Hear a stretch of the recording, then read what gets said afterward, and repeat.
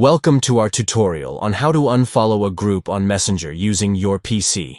If you find yourself no longer interested in being part of a particular group conversation, we'll guide you through the process of unfollowing it. Let's get started with the steps.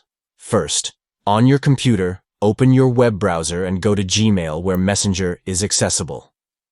Below the Chats section, locate and hover over the group conversation that you wish to unfollow. Click on the three dots icon that appears next to the group conversation. This will open a menu of options for that conversation. From the menu, select the Leave Group option. This action will initiate the process of unfollowing the group conversation. A confirmation prompt will appear asking if you are sure you want to leave the group. Click on Leave Group again to confirm your decision.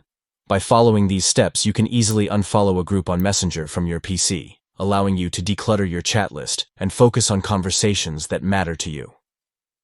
Thank you for watching our tutorial. We hope this guide has been informative in demonstrating how to unfollow a group on Messenger on your PC. Stay tuned for more tech tips and tricks.